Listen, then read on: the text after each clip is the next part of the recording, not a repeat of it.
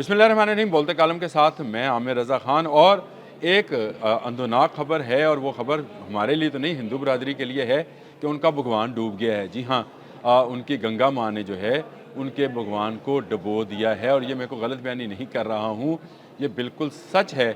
और सच इसलिए है कि इस वक्त गंगा और जमुना दोनों दरिया जो हैं अपनी हाईएस्ट फ्लड के ऊपर आ गए हैं। और अब से 2 घंटे पे 4 घंटे पहले की एक रिपोर्ट है हिंदुस्तान टाइम की, जिसके मुताबिक इस वक्त तक दोनों दरिया प्रयागराज के मुकाम पर जो है 72,000 अफराद को बेघर कर चुके हैं।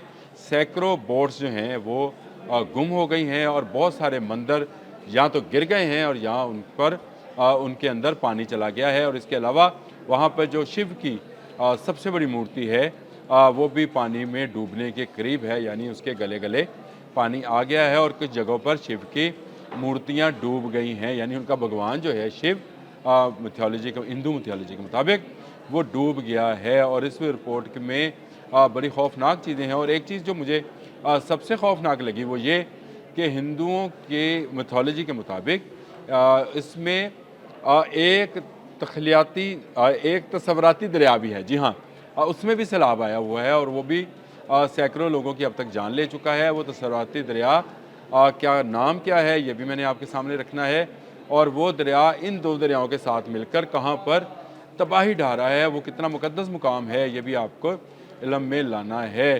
तो सबसे पहले बात कर लेते हैं गंगा और जमुना की। और जहाँ पे इस वक्त सैलाबी सूरत हाल है, कहा जाता है कि वहाँ पर 3 दरिया आपस में मिलते हैं, 2 तो नज़र आते हैं, यानी गंगा और जमुना। ये प्रयागराज का इलाका है जी, और ये बड़ा ही मुकद्दस मुकाम है हिंदुओं के मुताबिक, क्योंकि यहाँ पर उनके ख़्याल में भगवान शिव जो हैं वो आते हैं और दुनिया के लोगों के पाप जो हैं उनको धोते हैं। और राम तेरी गंगा मैली हो गई, पापियों के पाप धोते धोते। ये आपने गाना सुना होगा, बड़ा मशहूर गाना था अपने वक्त में, प्रेम रोग का था शायद, या पता नहीं, प्रेम रोग का ही होगा। अच्छा, वो राम तेरी गंगा मैली तो हो गई थी, लेकिन अब गंगा को गुस्सा आया है और उसने प्रयागराज का शहर जो है उसको डुबो दिया है, जिसमें अब तक के अंदाजे के मुताबिक काफ़ी लोग जो हैं लापता हैं। 72,000 के करीब जो हैं उनको निकाल लिया गया है, और उनको निकालने के बाद जो है मुख्तलिफ़ जगहों पर मुंतकिल किया गया है। ये मेरी रिपोर्ट नहीं है, ये रिपोर्ट है हिंदुस्तान टाइम की। और उसके मुताबिक बहुत सारे अफराद जो हैं वो अपनी जान से भी गए हैं। और लेकिन दरिया का बहाव जो है मुसलसल बढ़ रहा है। उनके ख्याल के मुताबिक इस वक्त 85.65 मीटर तक जो है दरिया पहुंच गया है। और ये 3 दरियाओं का संगम है, यानी गंगा, जमुना और सरस्वती। और ये सरस्वती दरिया जो है ये तसव्वुराती है।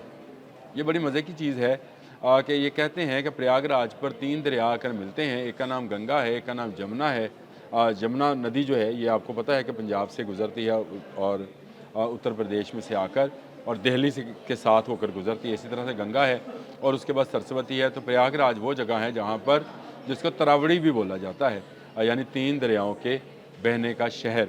और ये 3 दरियाओं का बहने का शहर, यहाँ पर हर 12 साल के बाद एक बड़ा कुंभ का मेला लगता है। जी हाँ, जिसमें करोड़ों लोग जो हैं शिरकत करते हैं, गंगा और जमुना में स्नान करते हैं, और स्नान करके अपनी पूजा पाठ करते हैं। और उनके ख्याल के मुताबिक यहाँ पर शिव आकर उनके तमाम पाप गंगा के पानी के साथ मल मल कर धो लेते हैं। मुझे ख़ुद भी एक दफ़ा मौका मिला, मैं गया और मैंने ट्रेन का सफ़र किया था। तो उस वक्त वहाँ पे ब्राह्मण कहते थे कि आपको यकीन नहीं आएगा कि ये कैंसर, शुगर, ब्लड प्रेशर सबका इलाज जो है इस पानी में है, जिसको आप गंदा या पोल्यूटेड वाटर कहते हैं, क्योंकि लोग इसमें नहाते भी हैं और अपने मुर्दों को जलाकर राख भी गिराते हैं।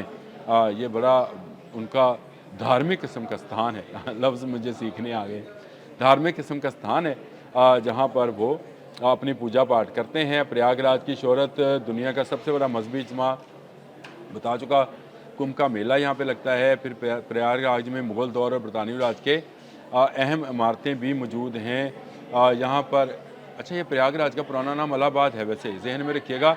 ये प्रयागराज तो अब नाम रखा गया है, ये पहले इसको इलाहाबाद कहते थे। अपने अमिताभ बच्चन जो हैं ये भी इलाहाबादी हैं, इलाहाबाद के रहने वाले हैं। और इनके वालिद भी जो थे वो शायर थे, वो भी इलाहाबाद के थे, तो इलाहाबाद इसको कहते थे। लेकिन अब इसका नाम प्रयागराज हो गया है। इलाहाबाद का किला यहाँ पर मौजूद है। आनंद भवन नेहरू ख़ानदान की यहाँ पे रहाइश है। ये भी यहीं पर है। और इलाहाबाद यूनिवर्सिटी बड़ी मोतबर यूनिवर्सिटी है जी दुनिया की। और यहाँ पर जो है हर 12 साल के बाद कुंभ का मेला लगता है, जिसमें गंगा, जमुना और सरस्वती का संगम है। वहाँ पर प्रयागराज उसको कहते हैं। और इसमें हरिद्वार इसमें यहीं पर है। हरिद्वार आपको समझते हैं, हरि ये इनका भगवान जो शिव है, इसका दूसरा नाम हरि है। ओजन है मध्य प्रदेश में, नासिक में है। और कुंभ का मेला 12 साल के बाद, अर्ध कुंभ का मेला 6 साल में, मुझे पढ़ना पड़ता है जी साथ साथ। अर्ध कुंभ का मेला जो है हर 6 साल के बाद, और माघ मेला हर साल लगता है। ये छोटा मेला होता है, लेकिन इसमें भी पाप धोने का काम जो है भगवान कर रहे होते हैं, यानी इनकी ड्राई क्लीनिंग जो है जो सारा साल जो हिंदू करते हैं उस उन पापों को धोने के लिए यहाँ पर ये किया जाता है। इस वक्त गंगा जमुना में शदीद सैलाब है, और इसका आपको पता है कि यहाँ पर क्योंकि बारिशें इस साल ज़्यादा हुई हैं। महाराष्ट्र में बारिश हुई है, उत्तर प्रदेश में बारिश हुई है, तो इससे दोनों नदियों में सैलाब की सी सूरत हाल पैदा हो गई है। और सबसे जो उनका मुक़द्दस शहर है, जहाँ हरिद्वार मौजूद है, जहाँ पर कुंभ का मेला लगता है, जहाँ पर बाकी मेले लगते हैं, इलाहाबाद इसका पुराना नाम था, लेकिन इस वक्त इसका नाम प्रयागराज हो गया है।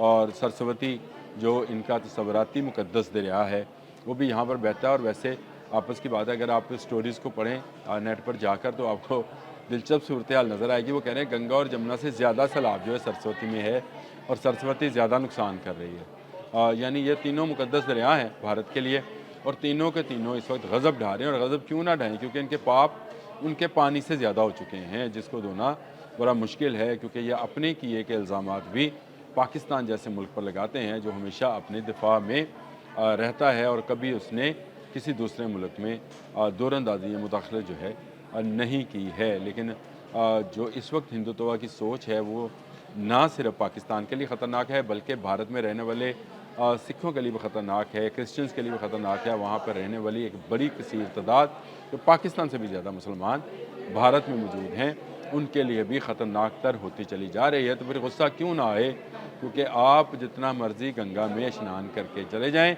आपके पाप नहीं धुलने वाले। एक तरफ स्नान करते हैं और दूसरी तरफ इल्ज़ामात लगाते हैं। अभी आप जो है फैटफ में FATF में जाकर आपने जो है शिकायत की है पाकिस्तान की दूरंदाजी की, जो कि गलत है।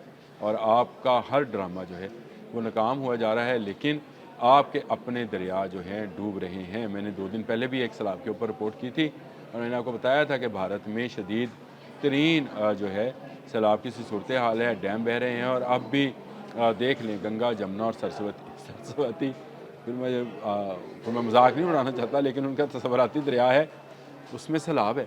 और इस सैलाब के बायस माँ गंगा भी जो है नाराज़ है अपने बच्चों से, और जमुना भी जो है, यमुना इसको बोलते हैं वैसे ही, हम जमुना कहते हैं, वो भी नाराज़ है। और तीनों दरिया मिलकर उनके प्रयागराज और हमारे इलाहाबाद को जो है इस वक्त डुबो रहे हैं। आप वो तस्वीर, वो वीडियोज़, वो सारी चीज़ें देख रहे होंगे, जिसमें भारत के इस मुक़द्दस मुकाम के तमाम भारतीय हिंदुओं के लिए इस मुक़द्दस मुकाम का हर मंदिर, हर मूर्ति जो है वो पानी में डूबी हुई है।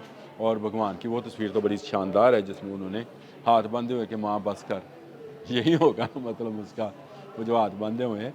तो ये जो है दरियाओं में सैलाबी सूरत हाल है। भारत में इस वक्त तबाही मची हुई है, और वहाँ पर हज़ारों लोग जो हैं वो बेघर हो गए हैं, और सैकड़ों लोग जो हैं अपनी जान से गए हैं। इसके साथ साथ 6000 मछुआरे भी जो हैं उनकी कश्तियों का भी कहा जा रहा है कि वो गुम हैं। और वो एक बड़ा इलाका है जहाँ से वो कश्तियाँ जो हैं पानी के साथ बह गई हैं, और उसके लिए भी रिलीफ मांगा जा रहा है मुख्तलिफ जगहों पर।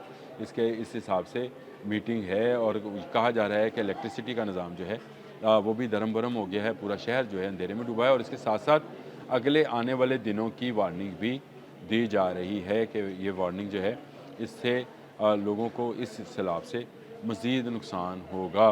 तो आप अंदाज़ा कीजिए कि वो भारत जो पानी रोकने की बात करता था, आज पानी में डूब रहा है। तो डूबे क्यों ना, क्योंकि गंगा के अंदर जो अपने पाप धोते थे, उन्होंने पूरी गंगा ही मैली कर दी है, और अब गंगा गुस्से में है। और अभी कितने शहर डूबेंगे, कितने शहरियों को नुकसान पहुंचेगा, कितनी अमलाक को नुकसान पहुंचेगा, कितने मंदिर और डूबेंगे, ये इतलात अभी आती रहेंगी, और मैं आपको अपडेट करता रहूँगा। अब तक के लिए इतना ही। अल्लाह हाफ़िज़।